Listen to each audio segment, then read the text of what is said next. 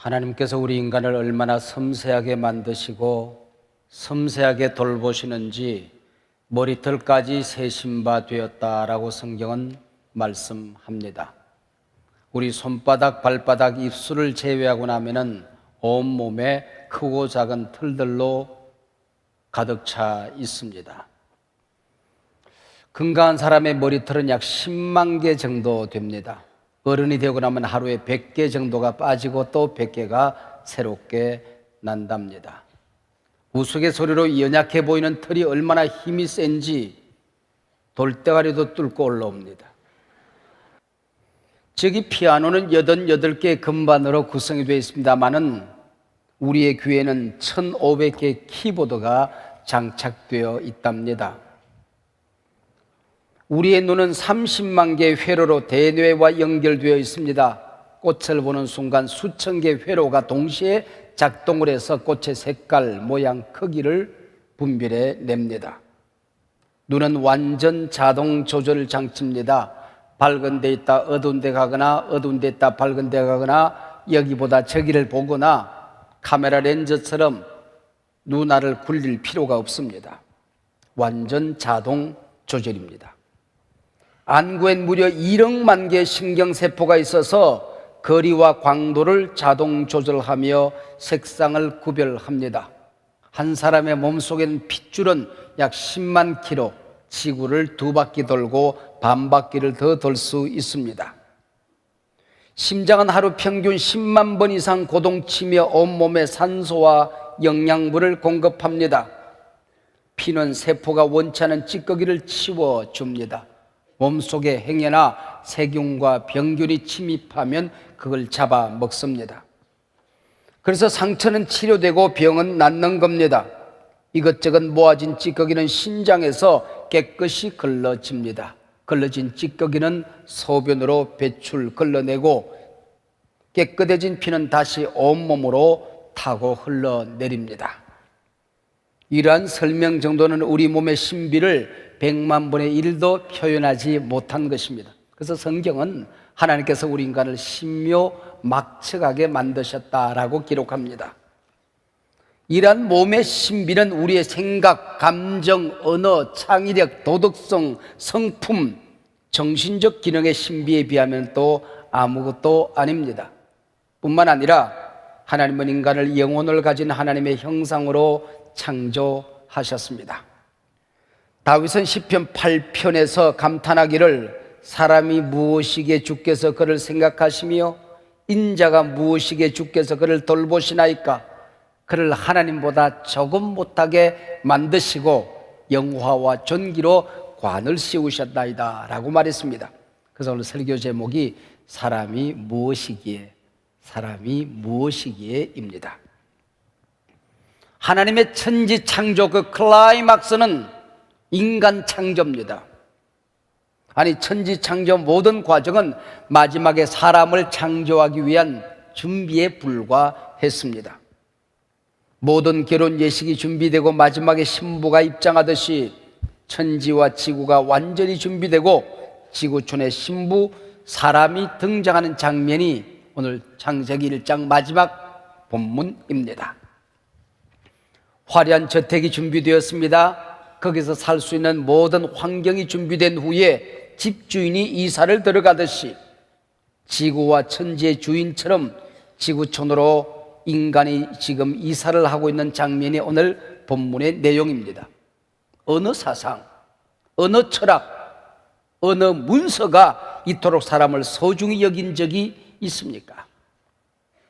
사람은 잘 먹고 잘 살면 되는 그런 존재가 아닙니다. 사람은 자기 몸이나 돌보고 치장이나 하고 살면 되는 그런 존재가 아니란 말입니다. 하나님은 사람을 만드시는데 다른 피조물과는 전혀 다른 차원, 다른 존재로, 다른 방법으로 만드셨습니다. 시편 8편이 말씀하듯이 인간을 하나님보다 조금 못하게 만드시고 영화와 전기로 관을 씌우셨나이다. 도대체 사람이 누구이기에, 사람이 무엇이기에? 오늘 본문 시작하는 26절 말씀에 보면 하나님께서 사람을 창조하시는 계획과 방법이 매우 독특합니다.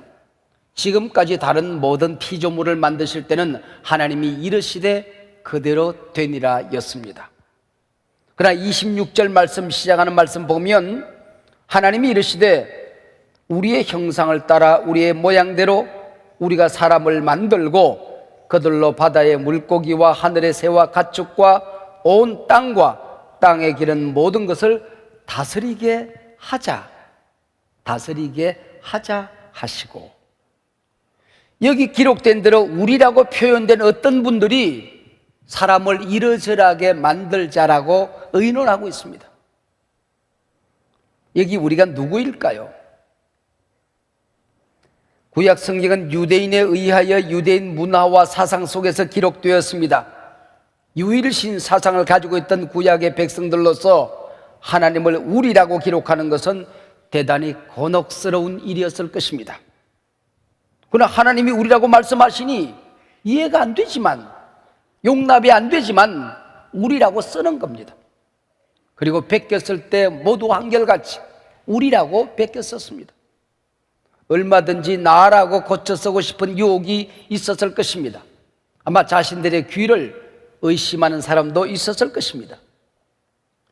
자신들의 생각과 다르지만 성경을 전해주는 사람들은 우리라고 썼습니다. 언젠가는 진리가 밝혀지겠지, 하나님의 계시가 드러날 때가 있겠지라고 믿었던 겁니다. 우리가 오늘 성경을 읽고 공부할 때도 마찬가지입니다. 때로는 이해가 안 됩니다. 모순스럽게 느껴질 때가 있습니다. 용납이 안 됩니다. 그러나 우리는 이것이 하나님의 말씀이면 그대로 받아들이는 것입니다. 우리가 고기를 먹을 때에 살만 먹고 뼈다귀는 내려놓습니다. 마찬가지로 성경을 읽을 때에 쉽게 이해가 되고 받아들여지면 먹고, 그러지 않은 것은 내려놓는 것입니다. 언젠가는 이해가 될 때가 있을 것이라고 믿는 거죠. 인생을 살아가다 보면 내가 왜 이런 일을 당해야 되는가 이해가 안 될 때가 있습니다. 왜 악한 자가 잘 되고 의로운 자가 고난을 당하는가 이해가 안 되지요.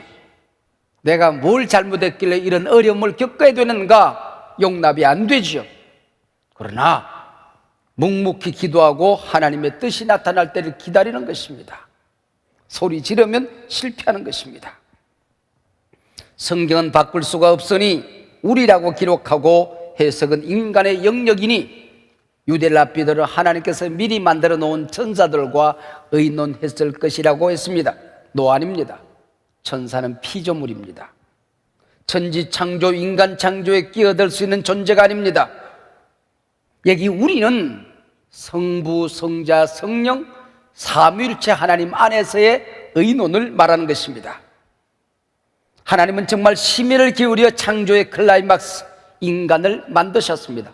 함께 의논합니다. 토의하셨습니다. 우리가 인간을 어떤 모습으로 만들까? 그들 우리가 어떻게 사랑하고 그들과 교제할까? 그들이 범죄하고 타락하면 어떻게 구원할까? 언젠가는 우리가 만든 피조세계가 없어지고 새하늘과 새 땅이 만들어질 때에 구원받은 하나님의 자녀들을 어디로 어떻게 인도할까? 인간이 때로 아파하면 어떻게 치료할까? 저들이 기도하면 우리는 어떻게 응답을 할까? 하나님은 모든 것을 의논하고 인간을 만드셨다는 것입니다. 놀랍지 않습니까?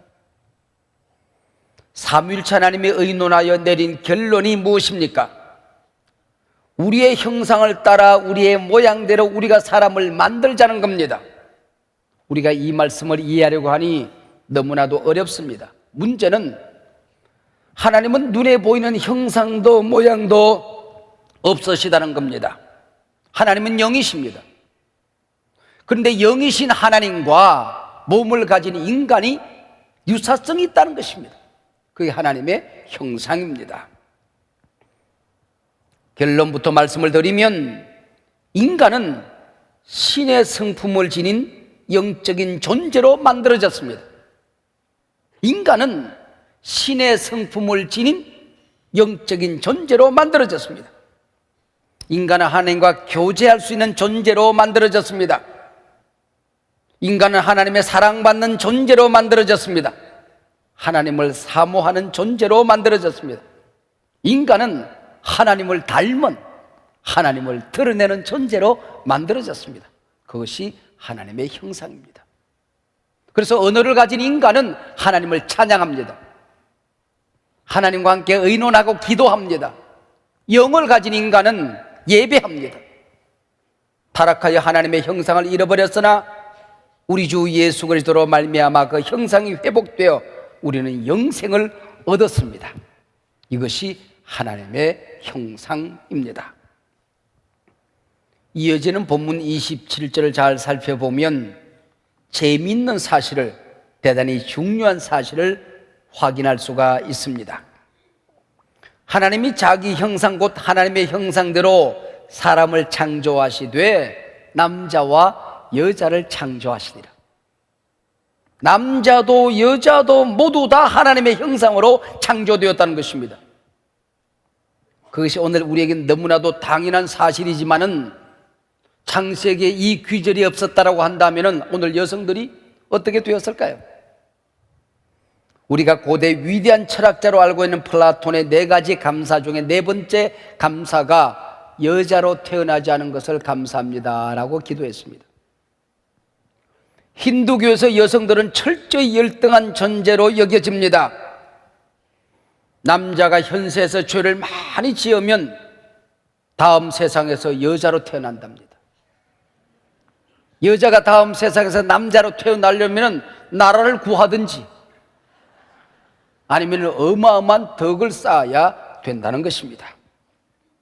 구약 성경의 냄새가 조금이라도 묻어있는 코란에서조차 여성의 신분을 천하게 여깁니다.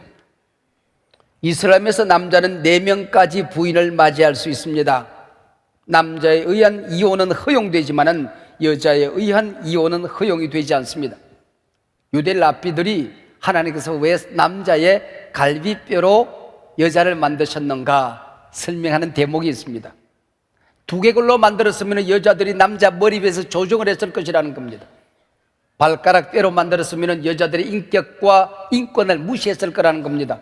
그러나 갈비뼈로 만들어서 동등한 존재로, 사랑하는 존재로 만들었다는 것입니다.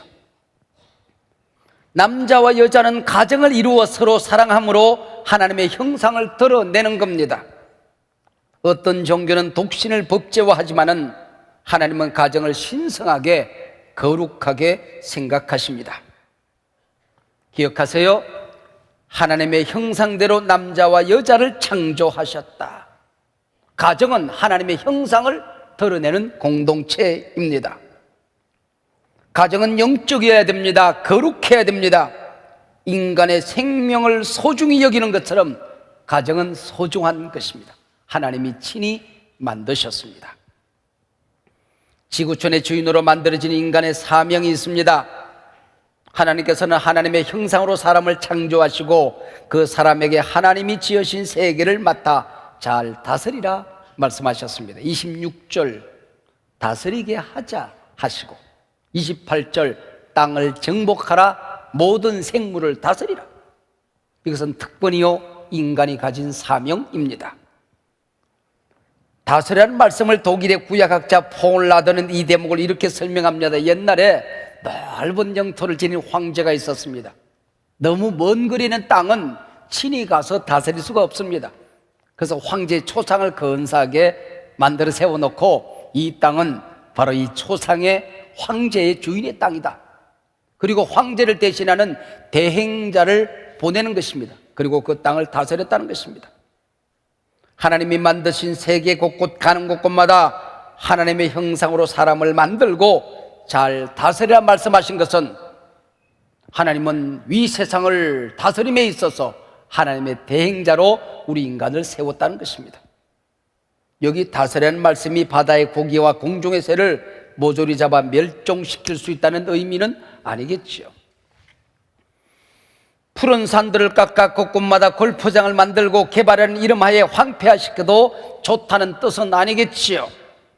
우선 정복하라, 다스리라는 하나님의 말씀은 자연에 정복당하지 말라는 것입니다.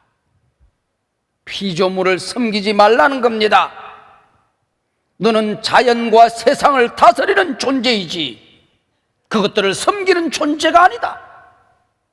그것들에게 무릎을 꿇고 사는 존재가 아니다는 것입니다. 하나님의 온전한 형상으로 이 땅에 오신 예수님을 보십시오.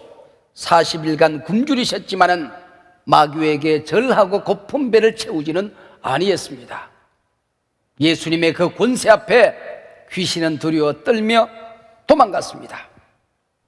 풍랑과 파도는 잔잔해졌습니다. 질병은 항복했습니다. 고난도 고통도 가난도 그 앞에 무릎을 꿇었습니다. 심지어는 무덤도 죽음의 권세도 그분을 이길 수는 없었습니다. 이 모든 것을 다스리는 권세가 우리 주 예수 그리스도에게 있었기 때문입니다. 오늘 우리도 마찬가지입니다. 우리에게 이런 권세가 있습니다. 여러분을 괴롭히는 온갖 부정적인 환경을 다스리시기를 바랍니다. 발로 짓밟으시기를 바랍니다. 그 앞에 무릎을 꿇지 마시기를 바랍니다. 하나님의 자녀들은 돈을 다스리는 자이지 돈을 섬기는 자, 돈에게 무릎을 꿇는 자가 아닙니다. 가졌다고 함부로 쓰면 안 됩니다. 가난하다고 비굴해도 안 됩니다. 분수에 맞지 않게 허세를 부려서는 더더욱 아니 됩니다. 더 많은 돈을 얻기 위해 남에게 손해를 끼쳐서도 아니 됩니다. 잘못된 방법으로 돈을 얻으려 해서도 아니 됩니다. 돈에게 무릎을 꿇는 일들입니다. 돈을 다스려야 됩니다. 하나님의 자녀들은 하나님과 하나님의 말씀 외에 그 어떤 것에도 무릎을 꿇거나 머리를 숙이지 않습니다.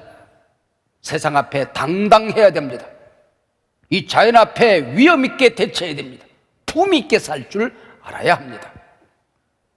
다스리는 하나님의 말씀의 좀 더 적극적인 의미는 하나님이 만드신 세계를 잘 지켜내라는 것입니다. 항상 그것들을 바른 위치에서 바른 역할을 하도록 하라는 것입니다. 저는 공군 장교 생활을 마치고 서울로 이사를 온 후 줄곧 33년을 한강변에서만 살았습니다. 암사동, 동부이촌동, 서부이촌동, 망원동, 일산, 파주, 서울 지리를 아시는 분들은 철저하게 한강 뚝만 타고 다녔다, 그렇게 아마 머리에 그림이 그려질 것입니다. 암사동, 이촌동, 망원동에 살면서 여러 번 홍수를 만났습니다. 뚝이 터지고 범람하는 것을 보았습니다. 그 이후 자유로가 만들어졌습니다. 그리고 일산으로 이사오고 25년 한 번도 뚝이 터진 적이 없습니다. 이게 다스리는 것입니다. 인도 선교의 아버지 윌리엄 캐리가 인도에 갔을 때 산들이 황폐화되어져 있었습니다.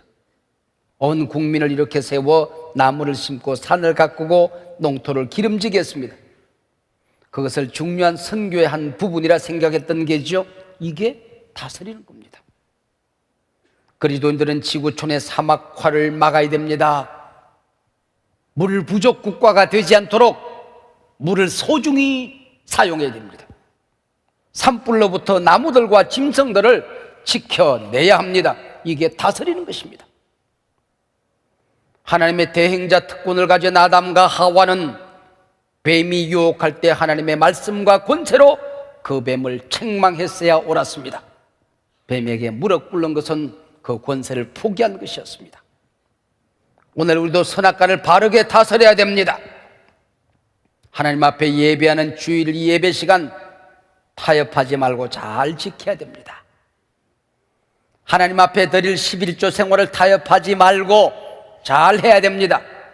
그것이 물질을 잘 다스리는 것입니다. 자신의 은사와 시간을 하나님의 뜻대로 잘 관리해야 됩니다.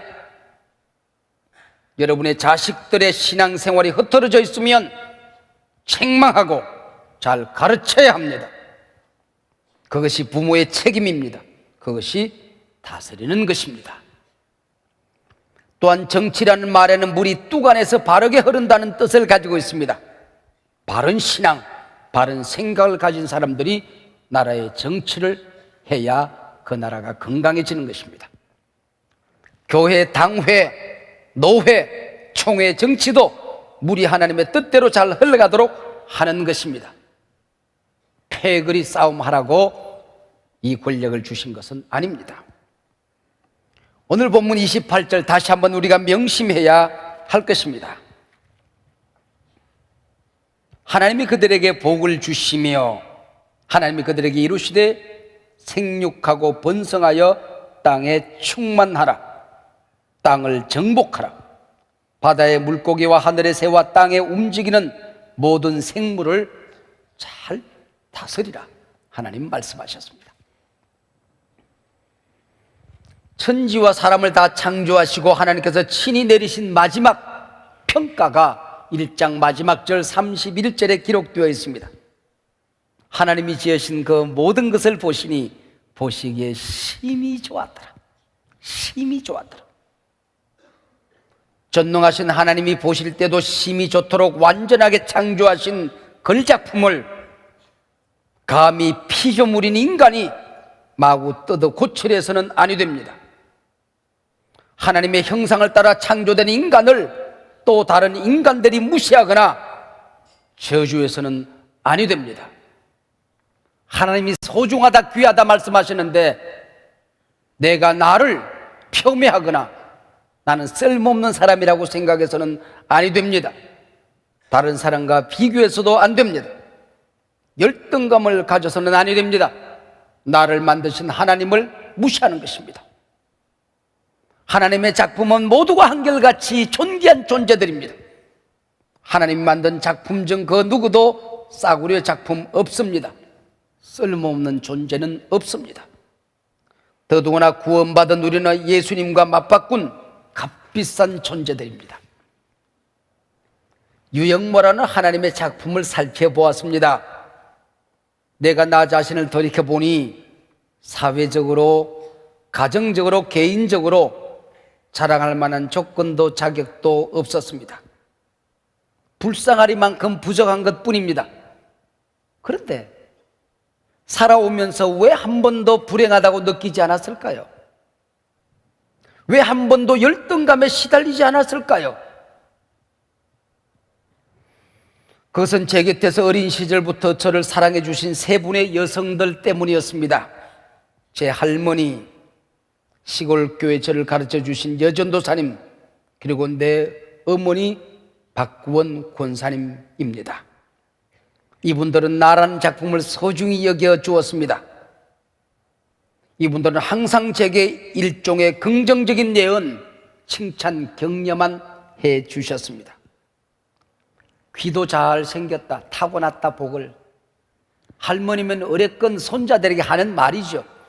근데 내 귀만 잘생긴 줄 알고 나는 살았습니다. 눈도 맑아라, 총명이 가득하다. 이마가 시원도 해라. 세상을 다 품고도 남겠다. 목소리 설교하기에 꼭 좋은 목소리다. 우리 여전사님이 하시던 말씀이죠. 발음이 절로 들린다. 목사로 타고났다. 그래서 나는 목사가 돼야 한다고 생각을 했습니다. 저는 그 많은 격려와 예언들을 푼수처럼 진실로 받아들였습니다. 나는 하나님이 만든 존귀한 존재다. 한 번도 추워도 의심해 본 적이 없습니다. 심히 좋다. 이 말씀은 더 이상 좋을 수가 없다는 최상급 감탄사입니다. 더 이상 좋을 수는 없다. 하나님 만든 온 세상. 더 이상 좋을 수는 없다. 하나님 만든 우리 인간. 더 이상 좋을 수는 없다. 나 유영모. 내가 누구이기에 이토록 귀하게 존귀하게 만드셨습니까? 내가 누구이기에 이토록 사랑해 주십니까? 인간이 누구이기에